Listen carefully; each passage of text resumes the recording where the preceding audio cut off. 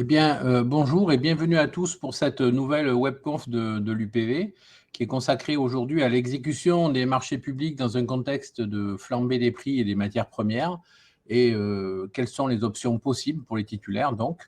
Donc, dans plusieurs secteurs d'activité, les entreprises doivent faire face à des augmentations conséquentes de prix de leurs approvisionnements, voire des pénuries ou des arrêts provisoires d'approvisionnement. Or, ces approvisionnements sont nécessaires pour exercer et activer et honorer leur contrat.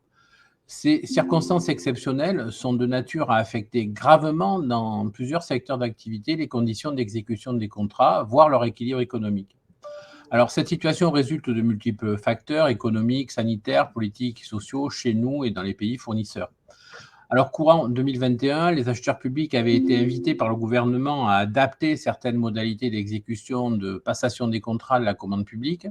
La circulaire du 27 mars dernier relative à l'exécution des contrats de la commande publique dans le contexte actuel de hausse des prix de certaines matières premières avait pour objectif aussi de sensibiliser les collectivités locales et leurs établissements publics.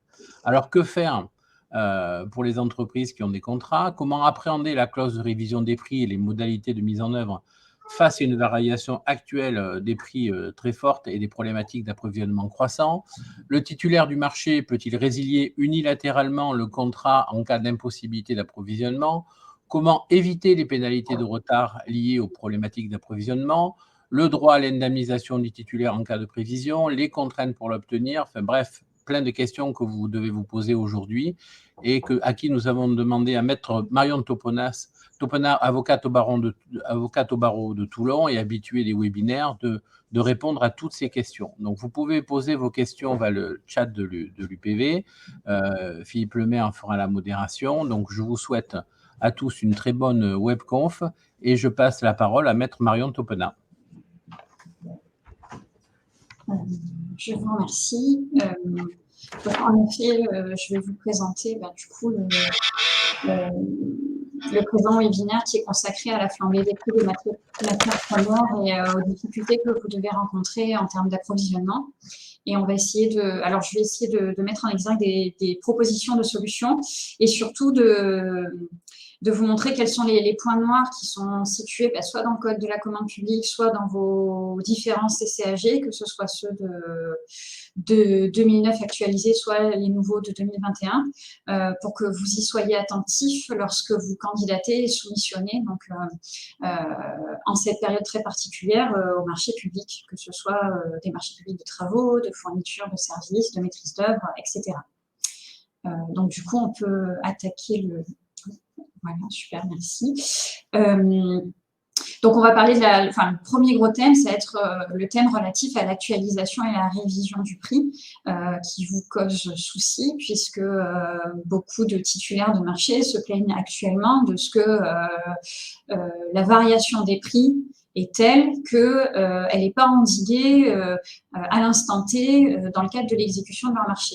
Ça veut dire quoi? Ça veut dire que concrètement, les prix flambent, ils évoluent, et pour autant, la clause d'actualisation des prix dans les marchés, soit elle n'est pas appliquée par la personne publique, soit elle est mal appliquée par la personne publique, soit encore elle n'est pas adaptée à cette évolution et à la vitesse de cette évolution. Donc, on va voir comment faire pour vous aider à améliorer cette problématique-là.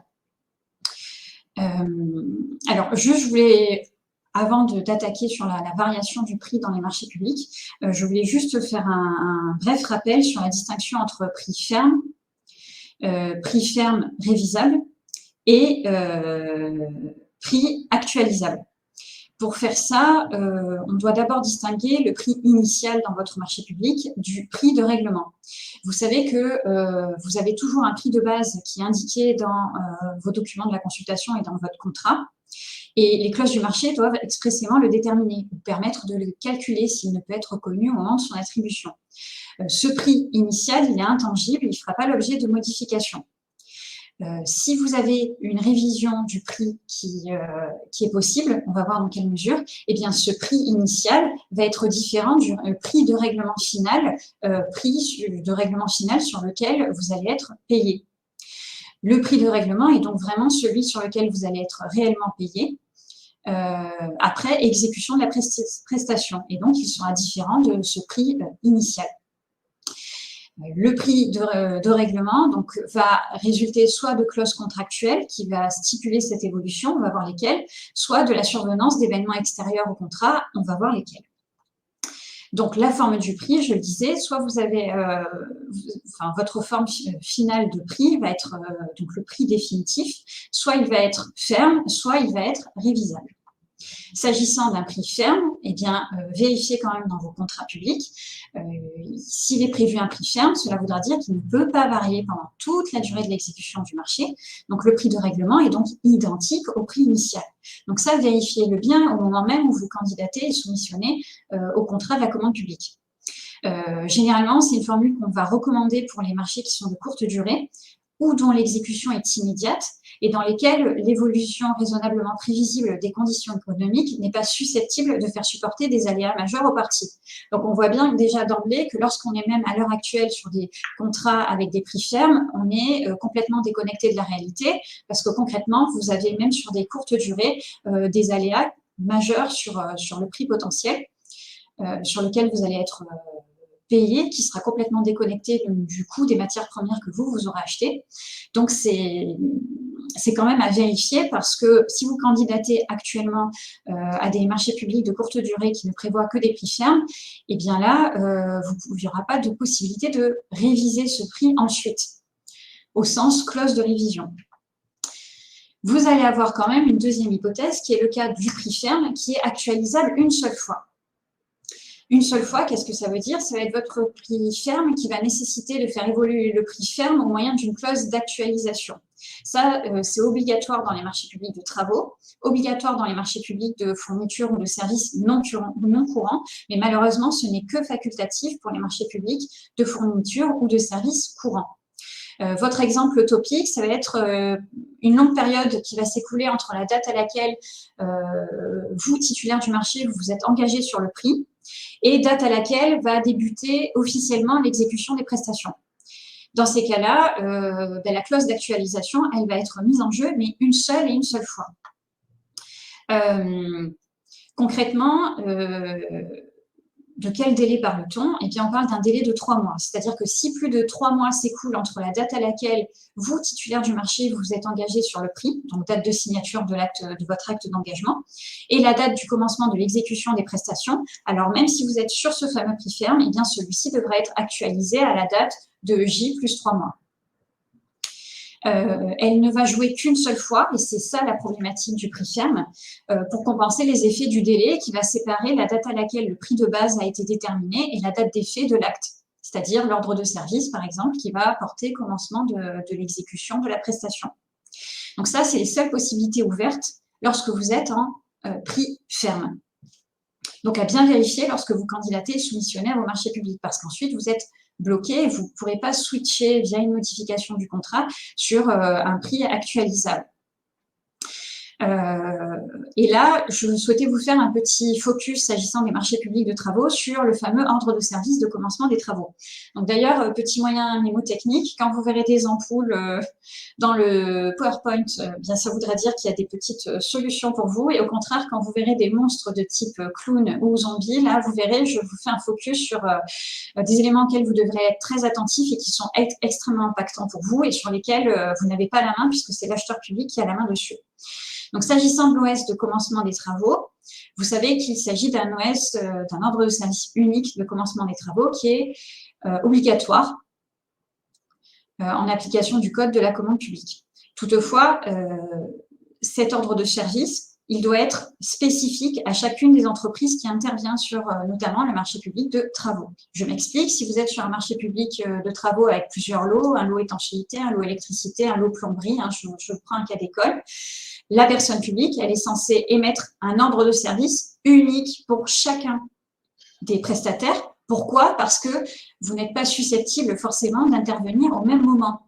Mais vous devez généralement vous succéder les uns aux autres. Donc, quand vous êtes en prix ferme, eh bien, la révision du prix ferme, elle doit se faire à la date de commencement officiel des travaux, date à laquelle vous recevez votre ordre de service unique. D'accord? Les travaux, on ne peut pas considérer qu'ils commencent à la date d'un OS unique à tous les prestataires, mais bien d'un OS unique à vous, prestataires. Ce que je veux dire par là, c'est que si la personne publique se trompe et émet un seul ordre de service pour l'intégralité des titulaires de l'eau, eh bien là, elle commet une faute à l'occasion de laquelle vous pourrez engager sa responsabilité. Donc ça, il faut vraiment que vous fassiez attention à ce point-là. Marion, peut-être revenir sur l'engagement de la responsabilité de l'acheteur. Oui, alors ça, on le verra ensuite, mais vous verrez qu'en fait, il s'agit toujours, et notamment en marché public de travaux, de la même procédure. C'est-à-dire que préalablement, vous allez devoir lui envoyer ce qu'on appelle un mémoire en réclamation, où vous lui dites, attendez, vous ne pouvez pas considérer que moi, les travaux ont commencé à telle date sur la base de votre ordre de service dont vous avez eu l'amabilité de faire exactement le même et de le faire démarrer exactement au même moment pour l'intégralité des prestataires du marché, puisque moi, concrètement, mon marché, il a commencé à telle date, puisque je suis intervenue après le plombier, après le couvreur, etc. Et dans ces cas-là, donc vous faites votre mémoire en réclamation. Je reviendrai après plus spécifiquement sur la procédure. Soit la personne publique vous écoute, soit ce n'est pas le cas, et là, vous partez en voie judiciaire. Mais j'insiste sur le fait que dans tous les cas, la voie entre guillemets amiable, dite du mémoire de réclamation, c'est vraiment un préalable obligatoire. C'est-à-dire que si vous ne le faites pas et si vous ne le faites pas dans les délais, eh bien, vous serez forclos devant le juge. Ça veut dire que le juge rejettera votre recours juridictionnel pour irrecevabilité parce que vous n'aurez pas respecté cette procédure préalable obligatoire. Donc, c'est vraiment un coup près auquel vous devez obligatoirement faire très attention. S'agissant maintenant de l'actualisation des marchés à tranches, alors souvenez-vous, mais ça je pense que vous le savez mieux que moi, mais je préfère le dire au cas où, la tranche ferme elle est systématiquement exécutée, tandis que l'exécution des tranches conditionnelles est subordonnée à une décision expresse de l'acheteur. Ça veut dire quoi? Ça veut dire que ce dernier est libre d'affermir ou non chaque tranche. Donc l'actualisation de la tranche ferme ne pose pas de difficulté. En revanche, l'affermissement des tranches conditionnelles, elle, vous le savez, n'est enfermée dans aucun délai. Donc, l'actualisation de chaque tranche doit être prévue dans le marché dans les mêmes conditions. Donc, bien vérifier aussi au moment où vous candidatez et soumissionnez, bien vérifier que l'actualisation est prévue aussi pour les marchés, pour les tranches conditionnelles du marché auquel vous candidatez. Si ce n'est pas le cas, souvenez-vous bien aussi que lorsque vous êtes en train de candidater ou de soumissionner un marché public, vous avez le droit, et je dirais même vous avez le devoir de poser des questions. Donc, dans ces cas-là, servez-vous de ça aussi via la voie dématérialisée et le profil acheteur sur lequel vous allez déposer votre candidature et votre offre. Eh bien, posez la question de savoir si il est normal qu'il ne soit pas prévu d'actualisation du prix ferme, par exemple, une fois au bout de 3 mois pour la deuxième tranche, mettons, et voir si la personne publique ne peut pas bien modifier ça avant que vous signiez. C'est quand même beaucoup plus simple que partir ensuite en modification du contrat, on le verra. Et donc, le montant à prendre en compte est celui de la tranche en cause à la date du commencement d'exécution de cette tranche. S'agissant maintenant du prix qui va le plus vous intéresser, et sans doute celui qui vous pose peut-être le plus de problèmes, puisqu'il n'est pas actuellement calqué à la réalité de la montée des prix à laquelle vous faites face, c'est le prix révisable. Donc là, pareil, il faut vérifier dans le contrat que vous avez bien un prix révisable et non pas un prix ferme. Donc, le prix révisable permet de tenir compte, ça c'est le grand principe, hein, c'est en tout cas la très belle théorie. Donc, le prix révisable, il permet de tenir compte normalement des aléas économiques qui surviennent pendant l'exécution du marché. Donc, à la différence de l'actualisation qui intervient une fois dont je viens de vous parler, la modification du prix intervient selon une période fixée par le marché. On va revenir sur cette période fixée par le marché. Donc, en fait, le marché va bien fixer le prix initial et va prévoir sa modification pour arriver au fameux prix de règlement dont je vous parlais tout à l'heure, par l'application soit d'une référence à partir de laquelle le prix est ajusté, ou d'une formule paramétrique qui va représenter conventionnellement la composition du coût de la prestation, ou encore, histoire de bien complexifier la chose, eh bien, un mélange de ces deux possibilités. Les références et les indices qui sont utilisés doivent être liés à l'objet du marché. Ils doivent refléter la composition du coût des prestations. Et donc, dans ces cas-là, le marché doit prévoir une clause de révision du prix lorsque sa durée d'exécution est supérieure à 3 mois et que la réalisation du marché nécessite une part importante de fourniture dont le prix est fixé par des cours mondiaux. Donc, cette clause dans votre marché doit contenir au moins une référence aux cours officiels de fixation de ces cours. Là, on va maintenant faire un focus sur le fameux délai de révision du prix. Puisque là, si vous m'avez bien écouté, vous avez entendu que cette révision, elle doit intervenir normalement au moins tous les 3 mois. Alors, que prévoient les CCAG? Vous verrez là, je traite des CCAG 2021. Mais pour le coup, c'était identique pour les CCAG 2009 actualisés notamment en 2014. Il faut juste que vous... il s'agit juste d'articles différents, mais vous allez retrouver les mêmes stipulations. Donc là, désolé, on va être obligé de faire un peu de droit, mais c'est important que vous maîtrisiez vos CCAG dans le cadre de l'exécution. Je vais prendre l'exemple d'abord du CCAG fourniture courante et services. Et vous allez voir que les stipulations, excusez-moi, sont identiques dans les CCAG prestations intellectuelles, TIC et maîtrise d'œuvre. Donc, lorsque le marché prévoit une révision des prix, ceux-ci sont révisés à la date ou selon la périodicité prévue par les documents particuliers du contrat.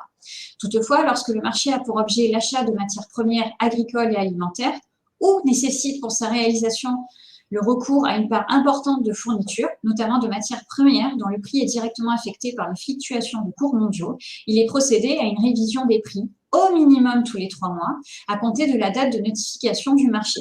Les conditions de révision des prix sont fixées par les documents particuliers du marché. Donc, qu'est-ce que ça veut dire? Ça veut dire que le minimum, c'est 3 mois, mais que le marché peut prévoir une révision des prix, une périodicité beaucoup plus brève et beaucoup plus récurrente.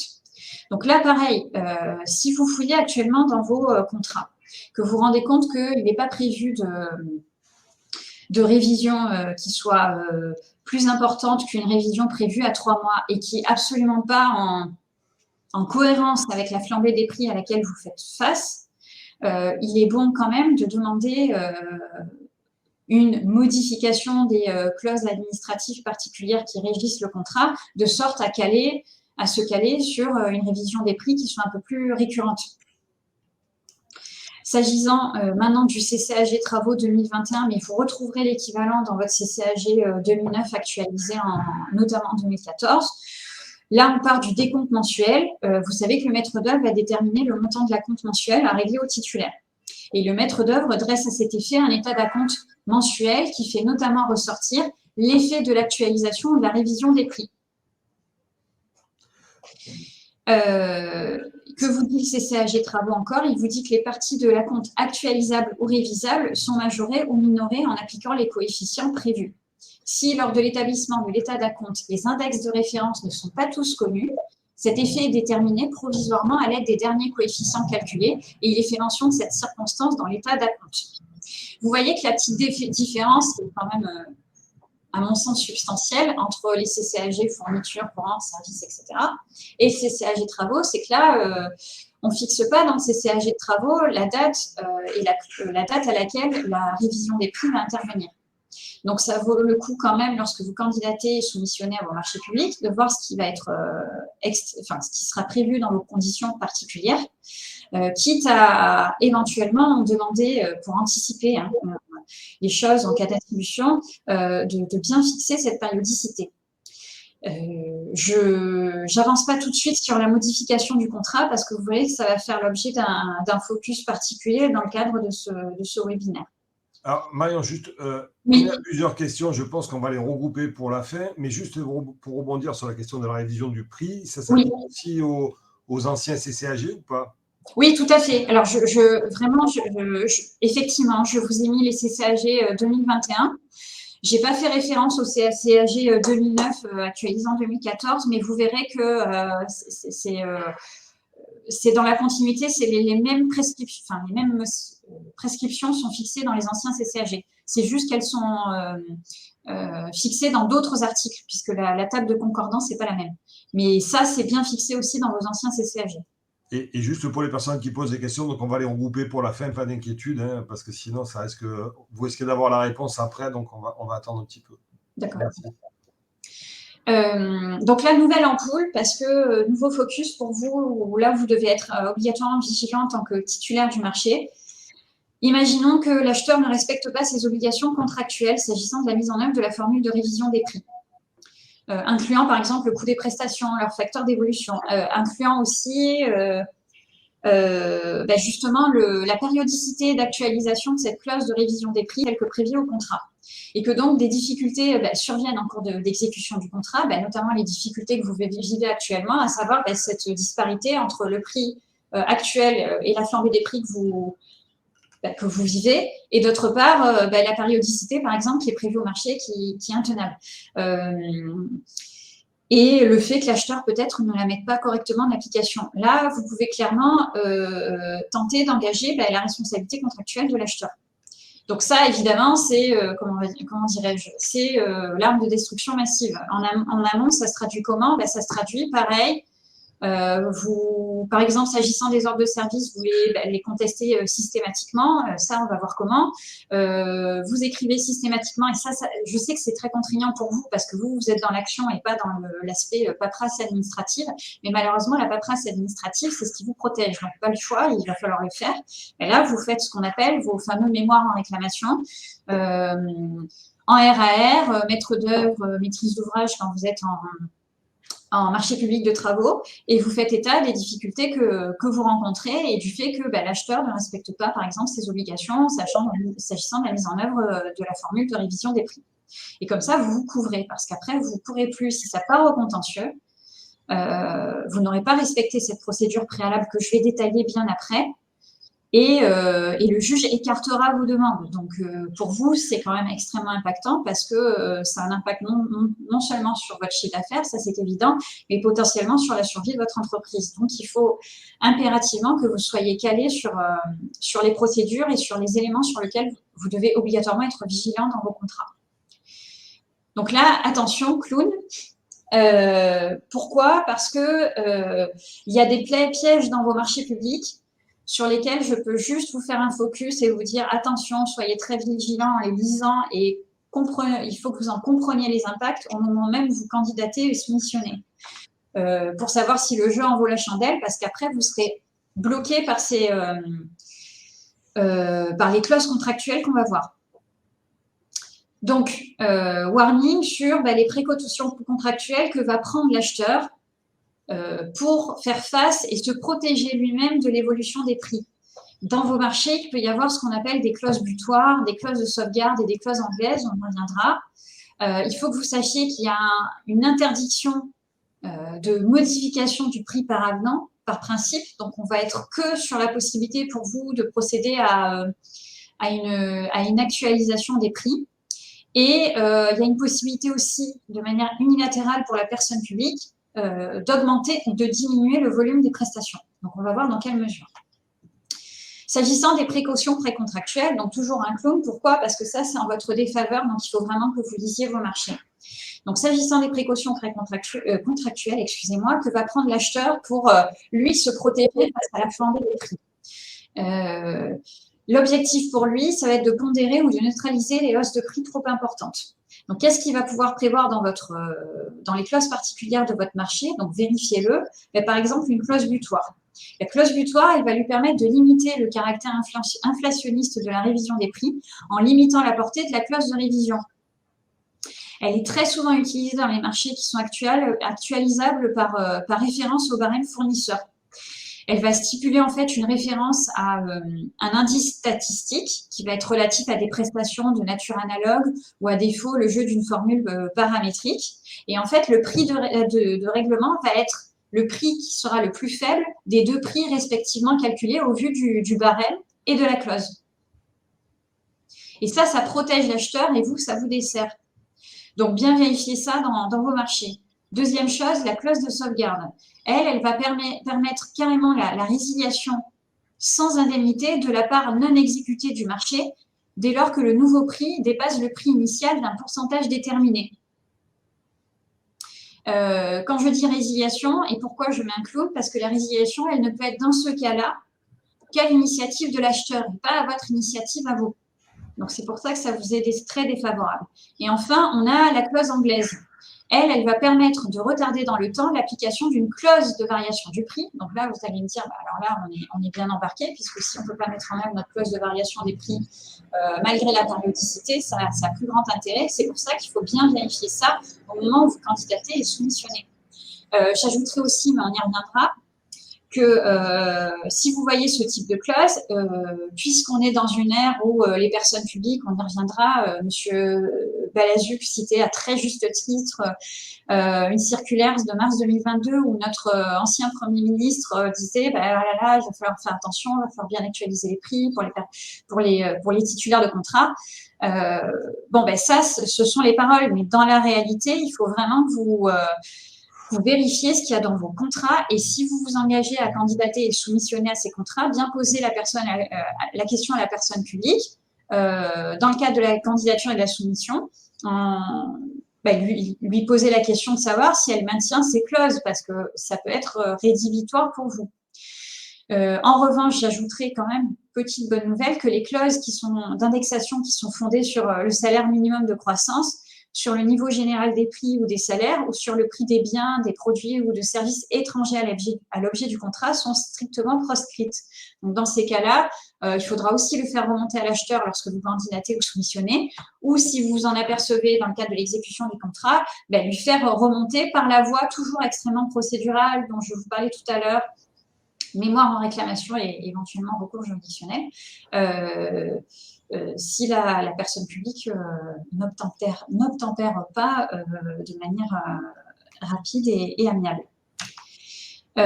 L'interdiction, cette fois, de la modification du prix par avenant. Donc, toujours un clown. Pourquoi? Parce que ça, ce sont des principes de la commande publique qui, vous, titulaires des marchés, vous desservent, mais qui sont malheureusement prévus en droit. Vous savez que les prix des marchés publics, ils sont irrévocables. Donc, le principe, ce n'est pas de modification du prix possible par avenant, que ce soit unitaire ou forfaitaire. On va voir dans quelle mesure.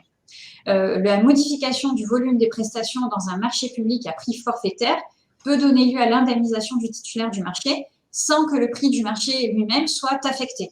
Vous voyez la différence, on va potentiellement vous indemniser, on verra dans quelle mesure aussi tout à l'heure, je rentrerai bien dans le détail, mais on ne pourra pas modifier le prix du marché.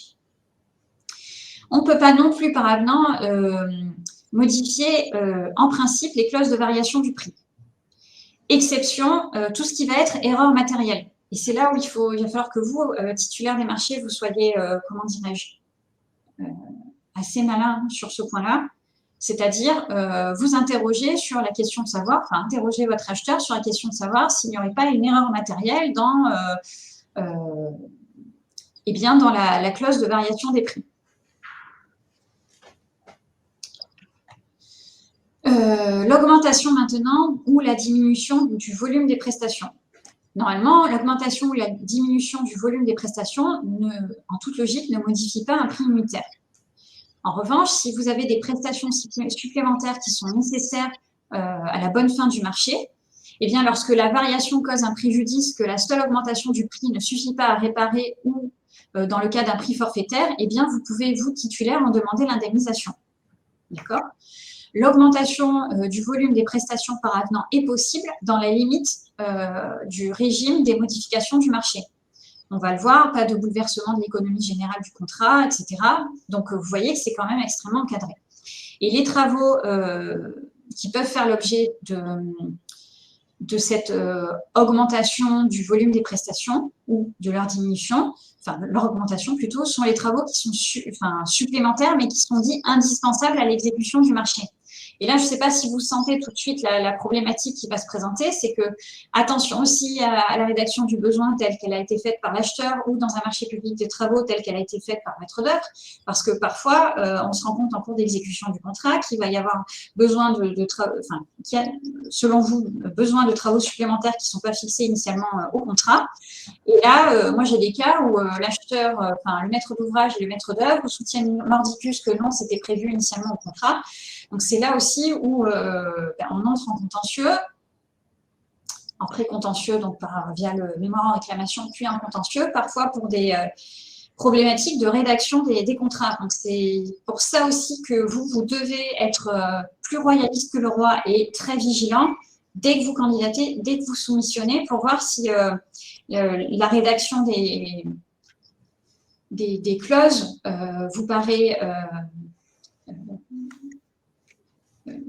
compréhensible, de sorte qu'elle le soit au stade de l'exécution. Parce que, vous le savez, au moment de la signature, tout le monde est content, tout le monde s'entend, et c'est au stade de l'exécution, c'est ce que vous vivez actuellement, où là, on commence à lire les choses autrement. Donc, si vous avez des doutes, posez bien les questions pour vous protéger aussi dans le cadre de la candidature et de la soumission au marché public. Alors, maintenant, je vais parler des pénalités de retard. Alors, je vous mets un zombie, puisque les pénalités de retard, le principe, c'est que ça joue en votre défaveur. Et je vais d'emblée vous parler de la circulaire qu'évoquait M. Valazuc tout à l'heure, du 30 mars 2022, relative à l'exécution des contrats de la commande publique, dans le contexte actuel de la hausse des prix de certaines matières premières. Donc, qu'est-ce que nous dit M. Castex dans cette jolie circulaire? Il vous précise, alors je vais vous lire, eh bien, que l'augmentation des prix ne conduit pas en elle-même à une situation de force majeure permettant aux titulaires de se soustraire à ses obligations contractuelles. Néanmoins, à l'instar des mesures prévues par l'ordonnance Covid, vous vous en souvenez sans doute, et on l'avait commenté avec l'Union patronale du Var, du 25 mars 2020, je souhaite, donc moi, Premier ministre, que l'exécution des clauses des contrats prévoyant des pénalités de retard ou l'exécution des prestations aux frais et risques du titulaire soit suspendue tant que celui-ci est dans l'impossibilité de s'approvisionner dans des conditions normales. Donc là, c'est ce qu'on appelle une volonté politique, une volonté de gel des pénalités de retard. Est-ce que c'est opposable à l'acheteur? C'est-à-dire, est-ce que vous, demain, vous pourriez dire, bah, attendez, vous m'appliquez des pénalités, mais regardez, M. Castex, il a bien prévu que normalement, les pénalités de retard n'avaient pas actuellement à être mises en œuvre, notamment quand je fais état de mes problématiques d'approvisionnement. Je vous le dis d'emblée, non. Pourquoi? Parce que je vais être très rapide sur la question de la hiérarchie des normes, parce que je ne veux pas vous embrouiller en droit. Vous savez qu'en France, on a une hiérarchie des normes. Alors, si vous êtes européaniste ou pas, vous avez la Constitution tout en haut, les traités européens en dessous, etc. La circulaire, eh bien, elle se situe tout en bas de cette pyramide, entre le rat et le cafard, pour faire simple, et elle n'a pas vraiment de valeur juridique. C'est-à-dire que vous pouvez toujours vous en prévaloir auprès de l'acheteur, mais au contentieux, ça ne fonctionnera pas bien. Pourquoi? Parce que vous remarquerez que M. Castex a l'amabilité, dans son second paragraphe, de sortir les parapluies et s'exprime au conditionnel. Donc, elle n'est pas impérative, cette circulaire. Donc, c'est une volonté politique, mais concrètement, ça n'est pas opposable aux acheteurs. C'est-à-dire que l'acheteur n'est pas lié par cette circulaire et ne peut pas, au nom de cette circulaire, vous geler les pénalités dans le cadre de vos problématiques actuelles excusez-moi, d'approvisionnement. Donc, qu'est-ce que vous pouvez faire, vous? Eh bien, vous pouvez demander une prolongation des délais d'exécution. Ça, alors attendez, juste je vérifie un truc. Oui. Si on prend par exemple votre CCAG fourniture courante et services, vous avez votre article 13.3 qui prévoit les modalités de prolongation des délais d'exécution. On vous dit quoi? On vous dit lorsque le titulaire est dans l'impossibilité de respecter les délais d'exécution, excusez-moi, du fait de l'acheteur ou du fait d'un événement ayant le caractère d'une force majeure, l'acheteur prolonge le délai d'exécution. Pour bénéficier de cette prolongation, le titulaire signale à l'acheteur les causes qui font obstacle à l'exécution du marché dans le délai contractuel. Il dispose à cet effet d'un délai de 15 jours à compter de la date à laquelle les causes sont apparues. Et il indique par la même demande à l'acheteur la durée de la prolongation demandée. Donc là, je sais bien que je rentre trop dans le détail. Donc, ce que je vais faire, ce que je vous ai prévu, c'est un genre de timeline pour bien que vous compreniez les délais que vous devez respecter et auxquels vous êtes contraints pour pouvoir essayer d'obtenir au nom du CCAG fourniture courante et services, on viendra ensuite après au CCAG travaux, et pour bénéficier donc de cette fameuse prolongation de délai. Alors, vous constatez au 1er juin une impossibilité de respecter le délai d'exécution en raison d'un cas de force majeure. Donc là, d'ailleurs, souvenez-vous, dans sa circulaire, M. Castex, il est très gentil parce qu'il vous dit eh bien, l'approvisionnement, on ne peut pas considérer que c'est vraiment un cas de force majeure. C'est discutable, honnêtement, c'est très discutable. Pourquoi? Parce que c'est extérieur aux parties. On peut, à mon sens, se prévaloir d'une irrésistibilité, d'une imprévisibilité, au sens que, à l'heure actuelle, personne n'est maître des délais d'approvisionnement.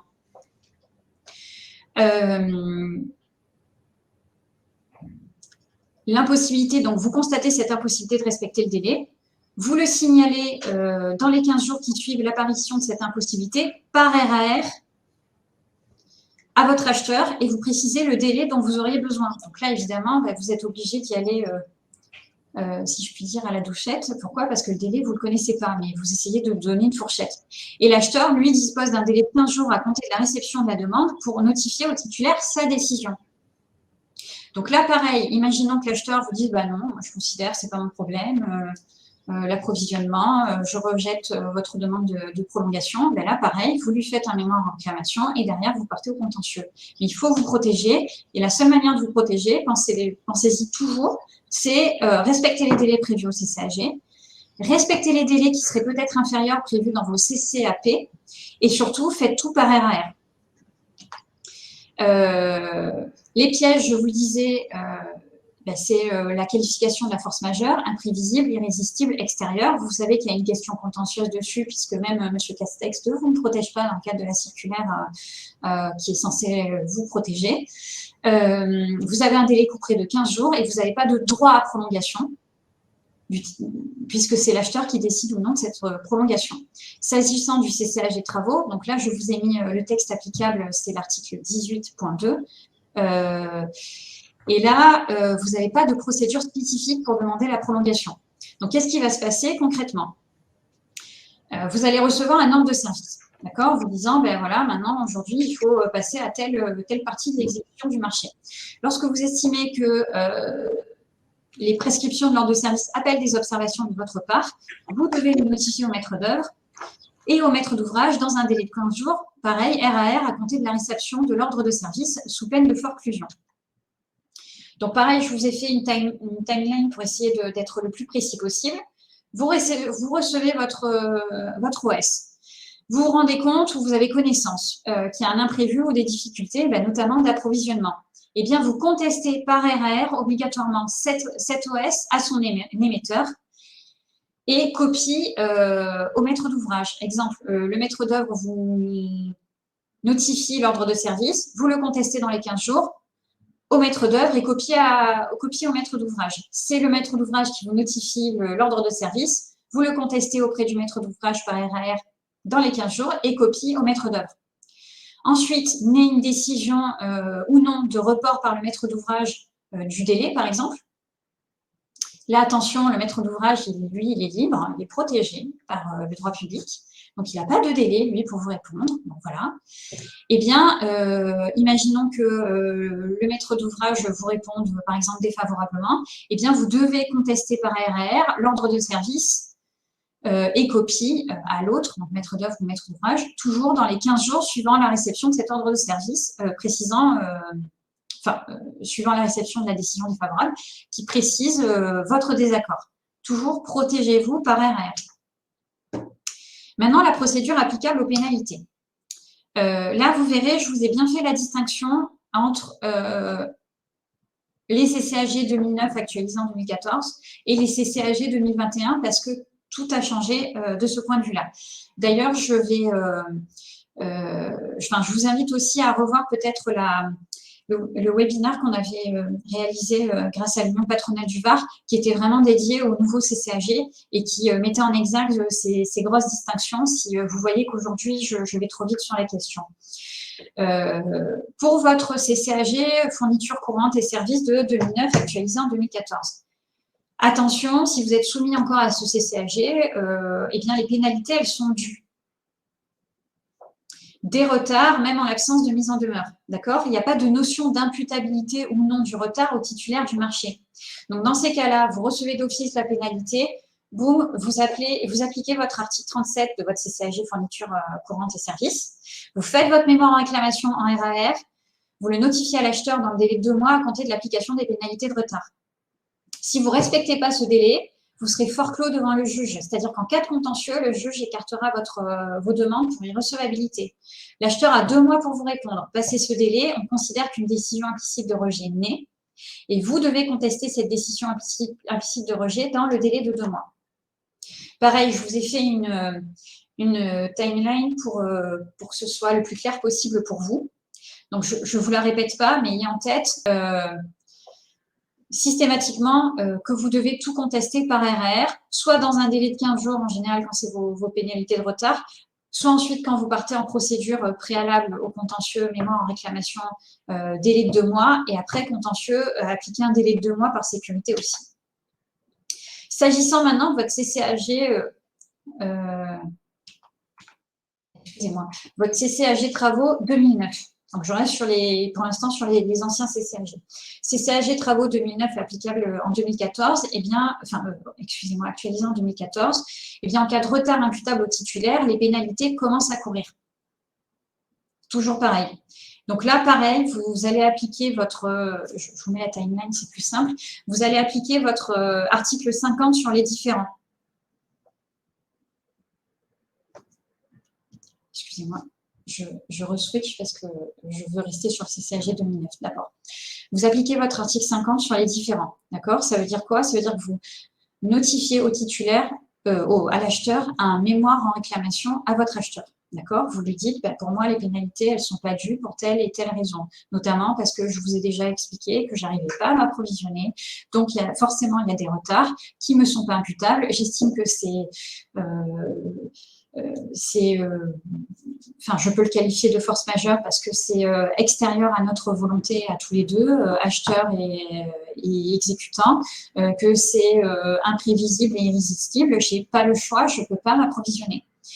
Le délai de notification pour réaliser ce mémoire en réclamation, il est de 30 jours lorsque vous avez reçu votre décompte général. Quand vous ne l'avez pas encore reçu, vous n'êtes pas enfermé par un délai. Ensuite, l'acheteur a 30 jours pour vous répondre. À défaut, naît ce qu'on appelle une décision implicite de rejet. Et lorsque vous avez votre décision de rejet ou votre décision implicite de rejet, eh bien là, vous devez la contester au contentieux. Vous avez un délai de 6 mois pour le contester lorsque vous avez reçu votre décompte général. Mais dans tous les cas, moi, je dis toujours aux clients, prenez le délai de droit commun par sécurité, c'est-à-dire ayez toujours en tête un délai de 2 mois. S'agissant maintenant de votre CCAG travaux 2021, donc là, c'est un peu différent, puisqu'il n'y a pas d'emblée l'application automatique des pénalités. Donc là encore, je me permets de vous renvoyer au webinaire qu'on avait fait sur les CCAG de 2021. Ce que je peux dire, c'est que l'acheteur, dans ces cas-là, ne va pas vous appliquer d'emblée les pénalités, il va constater qu'il y a un retard. Donc, il va vous inviter par écrit à présenter vos observations dans un délai minimum de 15 jours, et il va préciser le montant possible des pénalités et des retards concernés. Là, vous devez obligatoirement répondre. D'accord?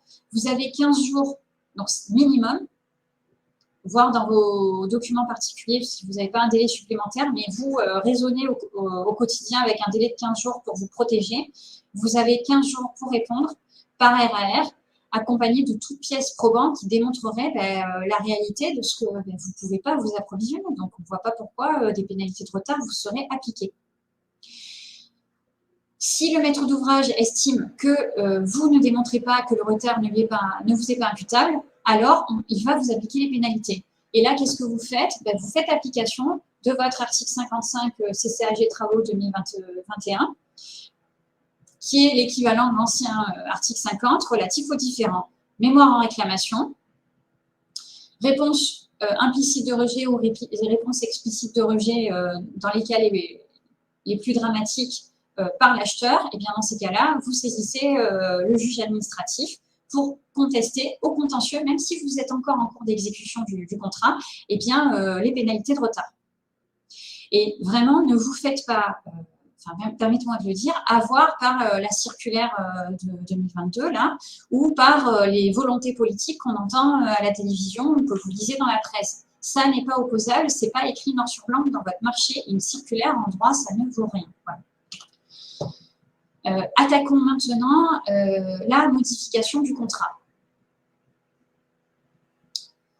Alors, vous avez encore votre fameuse circulaire de 2022 qui vous précise que le contrat, ce serait bien qu'éventuellement il soit modifié pour tenir compte de la réalité des problématiques que rencontrent les titulaires des contrats, blablabla. Bon, tout ça, c'est, enfin, je me permets de le dire, mais globalement, c'est du bullshit, ça ne vous protégera pas. Donc, qu'est-ce qui vous protège? C'est éventuellement le code de la commande publique. Je ne vais pas revenir sur l'intégralité des modifications possibles. Ça, je vous invite aussi à revoir le webinaire qu'on avait vu, enfin, qu'on avait réalisé aussi avec l'Union patronale du Var sur toutes les possibilités de procéder à la modification du contrat, parce que ça peut faire l'objet vraiment de, enfin, ça fait l'objet d'un PowerPoint à lui tout seul et d'une intervention à elle toute seule. Mais je vais faire un focus très rapide sur les circonstances imprévues, c'est-à-dire qu'un acheteur diligent ne pouvait pas prévoir. Là, ça va être soit l'acheteur qui va être acteur de la modification, mais bon, évidemment, il ne faut pas que vous l'attendiez, mais vous pouvez vous aussi demander la modification du marché dans ce cadre. Deux conditions cumulatives, il faut qu'il puisse s'agir de circonstances qu'un acheteur diligent ne pouvait pas prévoir. Et là, je vous invite vraiment à vous prévaloir de ce que l'acheteur ne peut pas actuellement prévoir la réalité des problématiques d'approvisionnement et des délais, et la réalité de la hausse des prix. La deuxième condition, le montant de la modification ne peut pas être supérieur à 50% du montant hors taxe, hein, évidemment, du marché initial. Et en plus, dans ce cap des 50%, on doit tenir compte de la clause de variation des prix. Donc, vous voyez que c'est extrêmement encadré. Ce que je dirais, donc je vous renvoie vraiment au webinaire qu'on avait fait dédié à la modification des contrats, mais dans ces cas-là, vous pouvez tenter d'obtenir une modification du contrat dans le cadre en respectant ces deux conditions cumulatives. D'accord ? Vous n'avez pas de droit à modification du contrat. D'accord ? Donc, il faut encore que l'acheteur l'accepte ou pas. Se pose donc la question, est-ce que vous pouvez demander la résiliation du contrat? Est-ce que vous pouvez obtenir la résiliation du contrat quand ça devient catastrophique, que vous avez un acheteur qui ne vous écoute pas, quand la clause de variation des prix n'est pas du tout adaptée à la réalité de ce que vous vivez, de ce que vous savez que vous n'arrivez pas à vous approvisionner, a priori, vous n'y arriverez pas pendant les X mois qui suivent, que vous avez des pénalités de retard qui courent, enfin bref, que ça ne fonctionne pas. Je vous rappelle très brièvement les motifs de résiliation possibles prévus par le Code de la commande publique. Ça va être les cas de force majeure, mais qui vont être initiés par la personne publique, on y reviendra. La faute d'une gravité suffisante du co-contractant de l'acheteur, c'est-à-dire vous. Donc là, ça ne vous intéresse pas. L'hypothèse dans laquelle vous seriez placé en cours d'exécution du contrat dans un cas d'exclusion parce que condamnation pénale, on s'en moque, ça ne vous concerne pas actuellement. L'hypothèse où il y aurait des manquements graves aux obligations prévues par le droit de l'Union européenne en matière de marché prévues par la Cour de justice de l'Union, etc. Là, pareil, ça ne vous concerne pas. Et lorsque l'exécution du contrat ne peut être poursuivie, c'est ça qui va nous intéresser, sans une modification contraire aux dispositions prévues par le Code de la commande publique. C'est-à-dire, c'est l'hypothèse qui, là, nous intéresse un petit peu, qui est l'hypothèse dans laquelle, mettons, vous avez une volonté de procéder à la modification du contrat, la personne publique en soi ne serait pas contre, mais en fait, ça imposerait de revoir le montant du marché à plus de 50% de ce qui était prévu initialement. Donc ça, c'est interdit par le Code. Donc, il va y avoir une possibilité de résiliation dans ce cadre-là. La question que vous devez vous poser et à laquelle je vais répondre, c'est est-ce que vous pouvez obtenir la résiliation de force majeure ou obtenir la résiliation en démontrant que l'exécution du contrat ne peut être poursuivie sans une modification contraire aux dispositions prévues par le Code de la commande publique. Et donc ça, je passe pour ne pas être trop longue. Ab initio, je vous dirais quoi? Je vous dirais que dans tous les cas, ne partez pas du principe qu'il y a une possibilité pour vous de faire application de ce qu'on appelle l'exception d'inexécution. C'est-à-dire, avant d'envisager la résiliation, vous dire, bon, bah, attendez, de toute façon, là, on ne paye pas, la personne publique, elle n'active pas la clause de variation des prix comme elle devrait au titre du contrat, en parallèle, on est en précontentieux, en contentieux, donc moi, bah, tant pis, j'exécute plus mon contrat. Non. Ce que vous avez, enfin, les souvenirs ou les connaissances que vous avez peut-être en droit privé des contrats, en droit civil, qui est si mon co-contractant n'exécute pas, moi, titulaire du contrat, j'exécute pas, ça ne s'applique pas en droit public. Dites-vous bien, le code de la commande publique et le droit public, ils ne vous protègent pas vous. Ils protègent l'acheteur, ils protègent le maître d'ouvrage, ils ne vous protègent pas vous. Donc, vous ne pouvez pas, et ça vous sera reproché, eh bien de mettre en place une exception d'inexécution. Donc, c'est pour ça qu'on va essayer de parler des possibilités de résiliation. Vous êtes donc tenu d'assurer l'exécution du contrat jusqu'au bout, y compris lorsque vous pensez que l'administration commet un manquement ou une défaillance. Ce qu'il faut faire dans ces cas-là, c'est mettre en place la procédure dont je vous rabats les oreilles et je m'en excuse depuis le début de mon intervention, à savoir mémoire en réclamation, préalable, puis contentieux. Vous ne pouvez pas résilier comme ça de toute façon le contrat par vous-même, sauf si c'est prévu en contrat, on y reviendra, et vous ne pouvez pas renoncer à vos obligations comme ça par vous-même. Donc, qu'est-ce qui est possible de faire? C'est la fameuse résiliation juridictionnelle. D'accord? Je m'explique. Vous rendez compte qu'il y a potentiellement une force majeure. D'accord? Vous ne pouvez plus exécuter le contrat. Pourquoi? Les approvisionnements, pour vous, il n'y a pas d'approvisionnement possible finalement. C'est imprévisible, c'est irrésistible, c'est extérieur à votre volonté. L'acheteur ne vous écoute pas, il ne veut pas résilier sur le fondement de la force majeure pourtant prévue au code de la commande publique. Vous partez en voie judiciaire de résiliation. Deuxième hypothèse, une modification du contrat est potentiellement prévue entre vous et l'acheteur. Vous rendez compte, vous, l'acheteur, ou les deux, que de toute façon, cette modification du contrat, elle va porter sur plus de 50% du montant initial du marché. Donc, elle est illégale. Donc, pas de choix, il va falloir résilier. Imaginons que l'acheteur ne veuille pas résilier. Pareil, vous mémoire en réclamation, puis vous partez en résiliation juridictionnelle. Sauf que, dites-vous bien aussi, c'est que le juge, il va mettre 2 ans à se prononcer. Donc, après, on va parler d'indemnisation. Donc, du coup, vous, pendant ce temps-là, vous êtes quand même tenu d'exécuter le marché. Et comme vous ne pouvez pas l'exécuter puisque vous n'avez pas d'approvisionnement possible, dans ces cas-là, je sais, c'est le serpent qui se mord la queue, mais c'est la seule manière de vous protéger. Vous n'oubliez pas de mettre en œuvre les demandes de prolongation de délai ou les contestations pénalités systématiquement pour vous protéger en disant « j'ai pas de matière première, comment j'exécute? Je ne peux pas exécuter, c'est pas possible ». Donc là, je passe sur les cas de résiliation juridictionnelle parce que je venais de vous en parler. Je vous ai parlé de la force majeure et je vais vous parler maintenant de l'imprévision. L'imprévision, vous avez dû en entendre beaucoup parler pendant la période Covid. Elle a été un peu encadrée par l'ordonnance du 25 mars 2020, mais de toute façon, cette ordonnance, elle ne s'applique plus et en plus, pour le coup, elle n'était pas extrêmement bien encadrée. Résilier pour imprévision, toujours pour vous par la voie juridictionnelle, ça vous impose de démontrer que vous avez des difficultés matérielles lors de l'exécution du marché. Jusque-là, vous allez me dire ça, vous allez pouvoir le démontrer, mais qui présentent un caractère exceptionnel, imprévisible lors de la conclusion du contrat et dont la cause est extérieure aux parties. La problématique sur le caractère imprévisible, c'est que, à mon sens, le délai d'approvisionnement actuel est imprévisible. Maintenant, le principe du retard dans l'approvisionnement, il n'est pas imprévisible. Donc, ce qu'on peut vous reprocher, c'est là où vous devez vous protéger dans le cadre de vos candidatures et de vos soumissions au marché public, c'est dans les délais que vous annoncez à la personne publique ou dans votre capacité à tenir les délais qui sont prévus au marché par la personne publique. Et peut-être lui indiquer ab initio la réalité de ces difficultés d'approvisionnement. Parce que ce à quoi vous vous exposez en cas de contentieux sur une résiliation juridictionnelle, que ce soit pour force majeure ou pour imprévision, c'est le fait que on peut vous opposer, et c'est ce que fera l'acheteur parce qu'il ne manquera pas de le faire, et bien le fait que, oui, les délais d'approvisionnement, eux, sont imprévisibles, mais le principe du retard actuel dans l'approvisionnement, on est tous au courant qu'il existe. Et ça, c'est à vous, normalement, de l'anticiper dans le cadre de votre réponse au marché public. C'est en tout cas ce que vous opposera l'acheteur.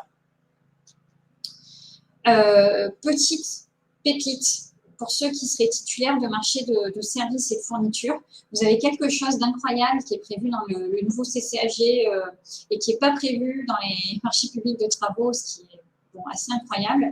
C'est la résiliation pour événements liés au marché. Et l'article 40.1 qui vous dit que lorsque le titulaire rencontre au cours de l'exécution des prestations des difficultés techniques particulières dont la solution nécessiterait la mise en œuvre de moyens hors de proportion avec le montant du marché, l'acheteur peut résilier le marché de sa propre initiative ou à la demande du titulaire.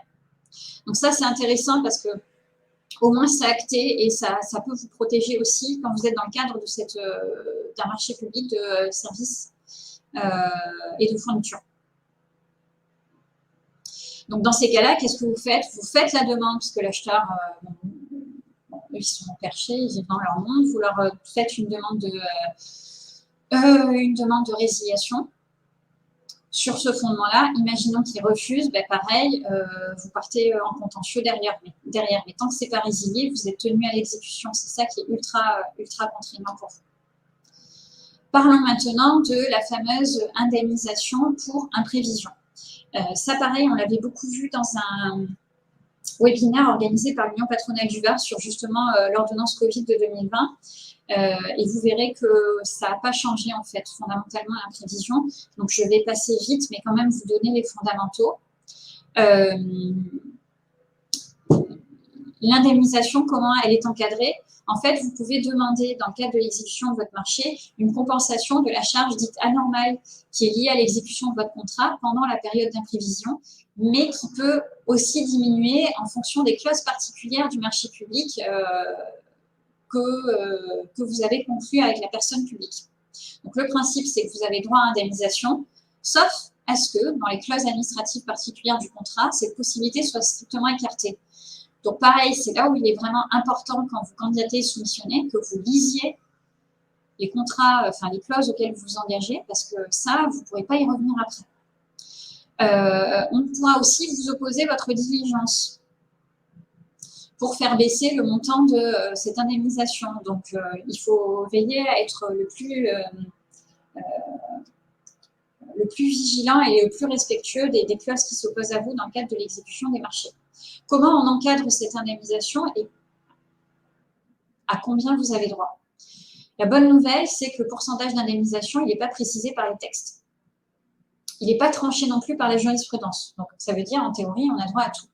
On a quand même quelques indices. Et vous avez notamment de la doctrine administrative, donc je vous ai mis des références, notamment Gilles Pélissier, qui est conseiller d'État et qui était rapporteur public, et qui précisait que cette indemnisation, elle couvre le montant du déficit provoqué par l'exécution du contrat pendant la période au cours de laquelle celle-ci a été bouleversée par des circonstances imprévisibles. Et vous avez une petite partie de 5 à 10% qui correspond au risque d'exploitation que doit supporter le co-contractant, c'est-à-dire vous, et qui est donc laissé à votre charge. Donc, en gros, la doctrine administrative vous dit, bon, en gros, vous avez droit à une indemnisation à hauteur de 90% du bouleversement que vous vivez. Sachez que c'est discuté actuellement aussi doctrinalement et pas en contentieux. Enfin, on n'a pas d'envie de trancher sur la question. Et certains vous disent que l'indemnité d'imprévision, finalement, elle est potentiellement topée aux fameux 50% dont je vous parlais tout à l'heure, du montant du marché au-delà duquel vous ne pouvez pas modifier votre marché. Et on calquerait ce 50% du montant initial du marché au montant d'indemnisation auquel vous auriez droit en application de la théorie de l'imprévision. Ça, c'est pas tranché en jurisprudence, donc je ne peux pas vous répondre. Mais en tout cas, vous avez le droit de la demander. Donc, je résume. L'économie de votre contrat se trouve temporairement bouleversée. Donc, vous devez avoir un déficit réellement important et non un simple manque à gagner. Vous continuez à exécuter le contrat, d'accord? Mais évidemment, vous ne pouvez pas continuer à l'exécuter dans ses conditions d'origine, notamment quand vous n'avez pas les matières premières vous permettant d'exécuter le contrat. Donc forcément, il va y avoir une exécution dégradée de ce contrat. Donc vous actionnez la personne publique en lui disant « Attention, il va falloir quand même modifier les délais d'exécution et je vais demander une indemnité d'imprévision. » Dans le principe, cette indemnité, elle va vous couvrir jusqu'à 90% de la charge anormale liée à l'exécution du contrat pendant cette période, sauf à ce que des clauses particulières du marché vous interdisent de recourir à cette indemnité d'imprévision. Et ça, je ne peux pas le vous dire, il faut à vous de vérifier dans vos clauses administratives particulières. Vous avez votre fameuse circulaire de M. Catex qui vous dit, allez la lire quand même, parce que du coup, elle est assez rigolote, et elle vous dit qu'effectivement, le titulaire du contrat, il a droit de demander l'indemnisation pour imprévision. Encore une fois, oui, le droit de demander, ça vous l'avez. Le droit de recevoir, c'est pas obligatoire. Il n'est pas dit que l'acheteur ou le maître d'ouvrage vous dise OK, on part sur une indemnisation. Si ce n'est pas le cas, tentez de le contester par mémoire en réclamation, puis par voie contentieuse. Enfin, et j'en terminerai par là, vous avez un décret assez intéressant qui est sorti, qui est très récent, qui date du 5 avril 2022, qui institue une aide pour les entreprises du secteur des travaux publics, particulièrement affectées par les conséquences économiques et financières de la fameuse guerre en Ukraine. Donc, cette aide, eh bien, elle est dévolue aux personnes physiques ou personnes morales de droit privé qui sont résidentes fiscalement en France, qui exercent une activité économique dans l'un des secteurs de travaux publics particulièrement affectés par les conséquences économiques et financières de la guerre en Ukraine. Alors, comment prend forme cette aide? En fait, il s'agit vraiment d'une aide d'État qui prend la forme d'une subvention dont le montant est égal à 0,125% du chiffre d'affaires de l'année civile. Et le montant de l'aide est limité à un plafond de 200 000 € au niveau du groupement. Comment? Eh bien, vous devez faire une demande dématérialisée sur le site impôts.gouv.fr et là, vous avez une deadline qui est 30 juin 2022. Donc voilà, pour cette aide. Juste pour compléter ce point, voilà, la date limite c'est le 30 juin et le choix qui a été retenu, c'est une demande qui passe par une demande personnelle, c'est-à-dire c'est le dirigeant à titre personnel qui fait la demande et qui après qui sera rerouté sur son financement sur l'entreprise. Je ne sais pas si j'ai été clair, mais ce n'est pas par le compte pro qu'on passe pour faire la demande, c'est par le compte personnel. Ah oui, c'est bien de le préciser. D'autant que, par contre, la particularité de cette aide, c'est que ça n'a pas d'impact, si vous voulez, je vous en parle, mais ça n'a pas d'impact sur les conditions d'exécution et surtout sur le montant du prix du marché. Donc, c'est une aide en plus, prévue par l'État, mais qui est distincte de vos problématiques marché public pur. Donc, du coup, voilà, j'ai fini pour la présentation. J'espère que j'ai été claire. Merci Marion. Juste, allez, il y a quelques questions, on va essayer pour tenir le timing. Alors, la première concernait la situation où l'entreprise est prestataire de services. Oui. Dans le cadre de son marché, est amené à faire de nombreux déplacements, donc de nombreux frais. Est-ce qu'il y a la possibilité d'une révision des prix vu l'augmentation du coût du pétrole? Alors, donc vous êtes sur un marché public de services. Donc oui, vous devez avoir, si la durée de ce marché est supérieure à 3 mois, vous devez avoir une clause de révision des prix dans votre marché. Soit la clause de révision, elle s'active en application du CCAG fourniture courante et services au moins tous les 3 mois, soit vous avez des prescriptions particulières dans votre cahier administratif, cahier des charges administratives particulier qui prévoit un délai inférieur. Et là, il faut vraiment vous reporter à ces clauses-là pour les actionner, pour actionner cette clause de révision. Et si la personne publique ne le fait pas, il faut la secouer par RAR. Et si, pareil, elle ne s'exécute pas, il faut mettre en œuvre la procédure des réclamations dont je vous parlais, amiable d'abord, vous le notifiez par RAR et ensuite par la voie contentieuse. Mais il n'est pas possible, ce que je veux dire par là aussi, c'est que pour tout marché qui serait supérieur à 3 mois, il n'est pas possible que votre prix ne fasse pas l'objet d'une clause d'actualisation. C'est-à-dire que si ce n'est pas prévu au marché, c'est illégal. Et ça, il faut prévenir la personne publique et ne pas hésiter à lui dire que vous engagerez sa responsabilité. Ce n'est pas toujours simple pour les entreprises. Mais... Oui, je sais, mais non, mais à un moment donné, il faut que la peur change de pensée, quoi. Donc, voilà, n'hésitez pas, parce que, en tout cas, si vous ne le faites pas, vous ne l'aurez pas. Donc, allez-y, quoi.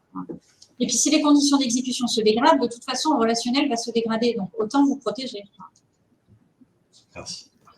Alors, autre question, est-il possible de demander un avenant au CCAP dans le cas où les révisions de prix ne sont pas inclus ou si l'indice ne correspond pas au type de travaux? Alors, si l'indice ne correspond pas au type de travaux, oui, complètement.